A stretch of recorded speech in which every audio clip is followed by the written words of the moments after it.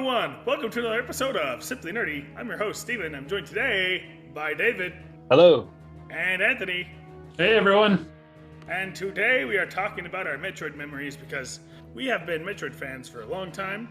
And we'd just like to take this opportunity to kind of give our background with the franchise. So why don't we start with you, David? My first memories of Metroid are Super Metroid, which is considered one of the best games ever. I just remember I was fascinated with like the atmosphere of the game, like the theme of the game. You start out, with a little bit of backstory, and then you just dropped right into things. The way they tell the story in that game through like the environment, you experience everything. Instead of like somebody talking at you and like telling you everything, instead you experience it. So like the opening scenes, you show up on this space station, it's all quiet, except for like ambient noises, and you're walking through like, what happened here? And instead of the game like taking you out of the action to tell you what happened, you just see it like, oh, okay, there's bodies on the floor. This obviously something went wrong here, right? And that's kind of how the whole game tells you its story. You have to pay attention to these environmental cues, and it ends up feeling much more immersive if you're paying attention. I mean, that's just the basics. Like it'll stand out in my mind forever for how great it is. Hi, Anthony, do you want to give us your history with Metroid real quick? Sure. I'll do mine last, because mine's kind of a hoot. Sure. Long-time listeners to our channel will probably have heard variations or snippets of this story several times by now, and if so, then I apologize. But my history with Metroid is actually kind of a rocky one to start, because you see, I mean, obviously I'm a major Metroid fan now.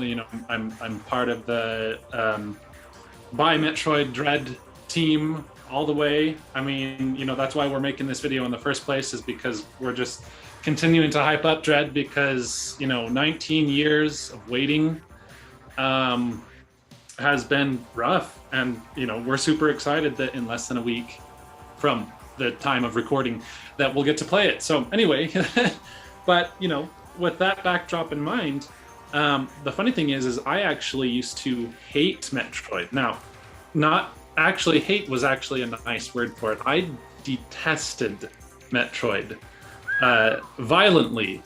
Now, and that's not because you actually played it. It wasn't the gameplay. No. Hate. No, it wasn't a gameplay factor. It was simply the fact that I was terrified of Metroid. Of the actual now, Metroid. I was right. Well, of the game too. Yes. No, I'm talking about the game too. I mean, the Metroids in particular were probably the core of my fear. But, first of all, I was 4 when Super Metroid came out, 4 or 5. So, I was very young, so you'll have to excuse me. But all the same, I was terrified of those games. One of my earliest memories of Super Metroid was watching one of my older brothers, and he was at the final battle against Mother Brain. And I remember just seeing that monstrosity and feeling utter horror at what I was watching. And I ran out as soon as I could, which was funny because I remember Steven was there too. And he was watching gleefully and laughing, and I'm just like, "You're crazy! I hate this game." and I don't know. For the longest time, I just found it very frightening. And again, I guess Steven is right. Metroids were at the center of my fear, and for a while, I had an irrational fear of them. I remember my oldest brother, the same one who was playing the game, he would tease me sometimes by doing this thing where he'd wave his hands above my head in the motion of like a Metroid latching onto my head and sucking out my energy, and he'd make this noise, glump, glump, glump, and nothing would set me off faster. I was instantly enraged anytime he did it, because I hated it so much, because I was so terrified. And mind you, like it went deep. I remember having nightmares all the time. Anyway, you get the idea. I did not like Metroid. So The funniest thing about how I became a Metroid fan is, again, like I hated it because of my fear of it, not because I'd ever played it. But then Metroid Fusion came out in 2002, and I remember being intrigued. I was a lot older by then. I was what, turning 13 that year. So, I was like, okay, well, I'm a little intrigued. I mean, Stephen and David have been fans of this for ages now, and I was kind of curious. And then I learned that, this is supposed to take place after the Metroids are eradicated, so maybe it won't be so scary, because yes, I was most afraid of Metroid. So I decided to give it a try, and I remember approaching it with some level of trepidation. And the funny thing, the ironic thing, and I think I've said this before, is when I realized the first Metroid game I played ended up being the most frightening of all. Yeah. And and I thought I was playing the least frightening one when I started, but by the time I realized that, I was too hooked to care. And that's kind of how I flipped around, did a complete 180, and now I'm a huge Metroid fan. And I think the what happened was me growing up and getting past those irrational childhood fears and realizing that these are actually some dang good games. So, but that's my ironic history, is that the first time I entered into the Metroid franchise was on the game that was the most frightening of all, when I expected it to be the least. So there you go. And I've played basically all of them since. I don't know. It's just a fantastic franchise, and I couldn't be more stoked for Dread, which again is almost ironic, once again, considering my early history, that I'm looking forward to a game that is supposed to be, again, one of the most terrifying. It's called Dread. Anyway. There you go. My rocky history with Metroid that turned into a great fondness for it. Yes, and he's done 100% 180 repentance process.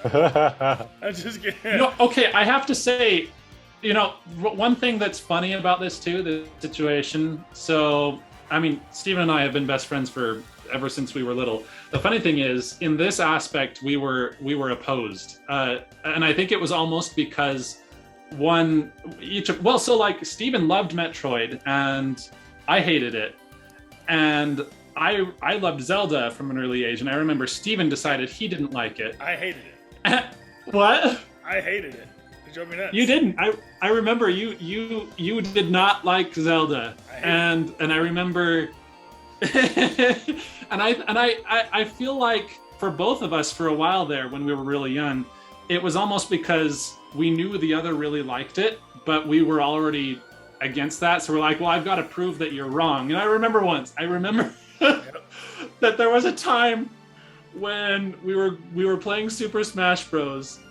And you and David, at the time, I feel like you were at the height of like your fondness for the Metroid franchise, and you decided that you suggested that you two would do a battle against me. I would play as Link, you two would play as Samus, and if you two won 2-on-1, then that would prove that Samus was better than Link. And I was like, what?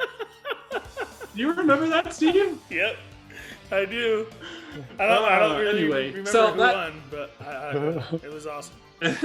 It was just goofy. But anyway, I will say, though, all it took to get Steven to be a Zelda fan was I handed him the controller for Ocarina of Time, and he jumped off one cliff, and it was immediately hooked. So yeah, going to my history with the franchise, started with Super Metroid when I was, again, probably Anthony, 4 years old. My older brother was playing the game, and I loved it. I loved watching him play it. The boss he was fighting, all I remember, or what I thought I remembered, it was him fighting a Chozo statue. You know how those Chozo statues are all over the place, Super Metroid? But there's one in particular that came to life and started attacking me, and I was like freaking out. I was like, oh, that's so cool. Oh my gosh, we didn't see that coming. And I was just like, kill him, kill him, kill him. I was just, as a little 4-year-old Steven. And I just remember the enemy throwing bananas at Samus. At least what I thought were bananas. I was like, why is the statue throwing bananas at Samus? And why is it doing so much damage? So really, I thought it was bananas until I replayed the game when I don't remember how old I was when I played the game all the way through myself, but when I got to that boss, I was expecting to see bananas, and it was just a laser in the shape of a banana, I guess. It's the shape of a banana, I guess. But anyway, so after I was starting to yell, kill him, kill him, kill him, I guess my mother decided video games weren't for me, so she banned me for years and years. I wasn't allowed to play video games because of that moment, and they got rid of the Super Nintendo, they got it out of the house and gave it to someone else. So, there you go. Metroid was the reason why I was banned for years and years of not being able to play video games. But it's still worth it now, right? Oh, still a great series. It's still my favorite series. I don't yell kill him anymore, but it's still my favorite series. Yeah. Before we're done, I feel like we need to talk about some of our Metroid Fusion memories, because before Dread, that was the scariest one. There's some good memories there. All right, of watching you guys, Steven and Anthony, trying to play that game. I will go. I will go because one of my favorites was, so Steven was playing. I remember it was David, myself, and my oldest brother John. I think from what I remember, we were all watching you, and you were at the part after the reactor that gets overgrown. I got this. It was that one encounter with the SAX, the one that's the most frightening of all. And I remember it. So in the game actually. Okay, sorry. Anyone who actually hasn't played the game yet, spoilers. I remember. So in the game, it actually gives you audio cues, like you can hear the footsteps. But for some reason, when Steven was playing it, he didn't have the sound on, so he had no warning. So he's going through that tight space, and then he drops down in front of it, and it's just right there staring at him. And I remember there was this moment of just like, a freeze where we all just kind of stood there in horror. And Steven's just sitting there, gripping the controller tightly, and then just screams at the top of his lungs. I believe I paused it too. And we're like, and he's like, "What do I do? What do I do?" And we're like, "Shoot it, dude! Run!" I think I was the furthest in the game at the time, so none of us had even done that yet. No, none of us knew what was going to happen. I think I did know. I think I was did? I think I was being evilly quiet. I was like standing in the background, like, it's coming. I can't wait to see what it's gonna do. It's so mean. I was very surprised. I was as horrified as Steven. I was glad I wasn't the one holding the controller. I just paused it. I was like, guys, tell me what to do. What do I do? What do I do?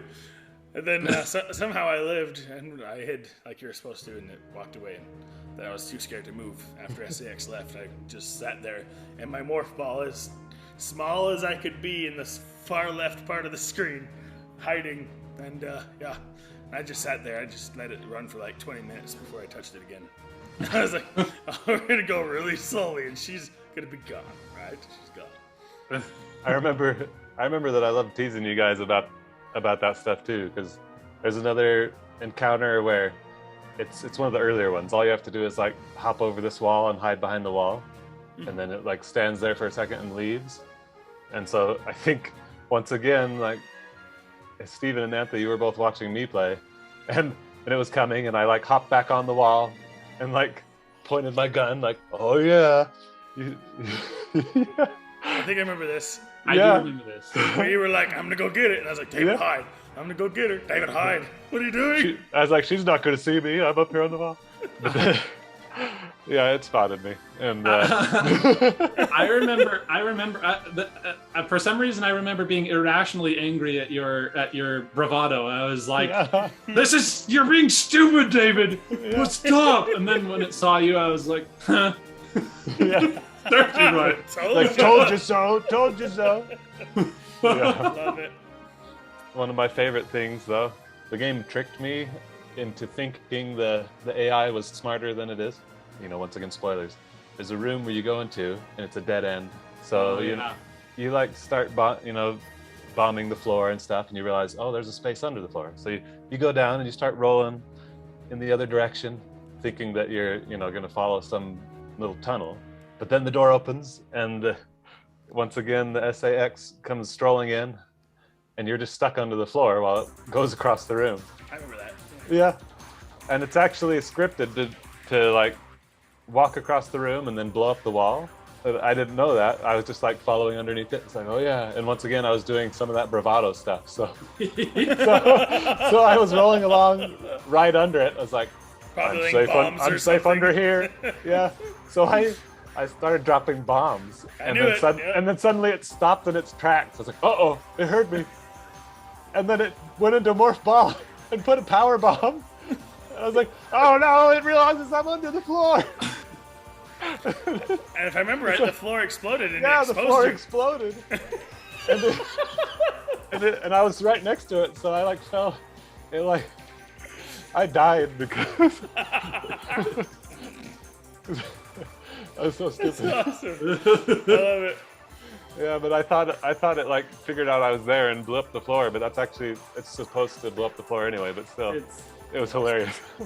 It was a cool moment. I think I remember watching that too. It's almost sad that it wasn't a reaction. Yeah, Right? I believed it was at the time. It felt, because it was like right when my bomb exploded under the floor, it immediately like stopped in its tracks and then went into a morph ball. I was convinced. I was like, oh no! I love it. Well, that's what's so exciting about Metroid Dread is those Emmy sounds like, well, AI will be smart. Yeah. Just at least say that. AI is smart in this game. So we can look forward to stuff like that. It's going to take the ideas from Fusion, but then have like a genuinely smart AI that add that in. So it's going to be super interesting. Yeah, well, I mean, the thing with the SAX is that everything is scripted unless it sees you, and then from that point on, it's just a chase. But it sounds like, from what I've heard, the Emmy will actually follow you into different rooms, and if you get into a space that it can't find you, then it actually goes and looks for another way in. It sounds kind of terrifying and awesome all at the same time. I'm so excited. I have to make one more confession, and yes, I feel a little stinkerish even having to admit this, because Metroid Fusion is probably my most replayed game of all time, if I'm being honest. It might be, I think a close second might be Golden Sun, but I'm pretty sure I've played Metroid Fusion more times than any other game ever. I know where basically every single power-up is. I know which two are the only permanently missable ones in the game. Like, I've played the snot out of that game. But the one thing I didn't know until the last time I played it, which was like last month, was that that stupid plant boss that you get the plasma beam from, where it starts off as that ugly husk in the wall. You know how there's those monsters in the floor that if you fall in, they start eating you? Yep. I, until this year, thought that falling in there was a death sentence, because I didn't know, apparently the way you get out is by doing a long jump where you hold the button a really long time. I didn't know that until this year. Really? Are you serious? and so every I feel like a single terrible time. friend now.